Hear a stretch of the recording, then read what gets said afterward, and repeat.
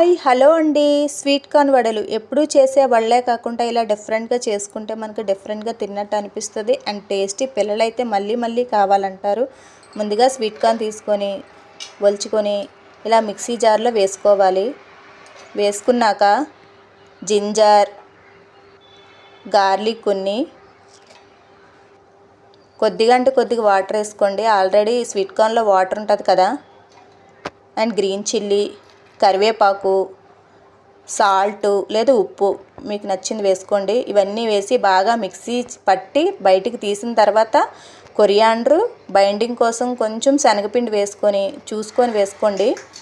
And జీలకర్ర ఇవన్నీ వేసి బాగా కలుపుకోండి. బాగా కలుపుకున్నాక ఒక పాలిథీన్ కవర్ తీసుకున్న వాటర్లో డిప్ చేసి ఇలా అత్తుకోవాలి. అత్తుకున్నాక చిన్న చిన్న ఉండల్లా తీసుకొని వడల్లా అత్తుకోండి. ఇలా వీడియోలో చూపిస్తున్నట్టు వడలా అత్తుకొని ఆయిల్లో డీప్ ఫ్రై చేయండి. మరీ స్లిమ్లోని కాదు, మరీ హైలో కాదు, సిమ్లో మీడియంలో పెట్టుకొని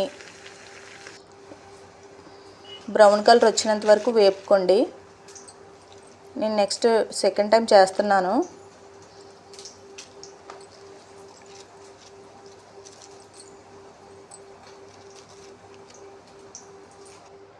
చూసారా ఎంత లోపల వరకు బాగా వేగాయో.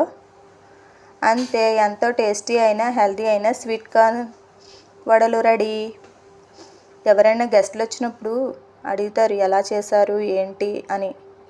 అంత టేస్టీగా అనిపిస్తాయి. పిల్లలైతే మళ్ళీ మళ్ళీ చేయమంటారు.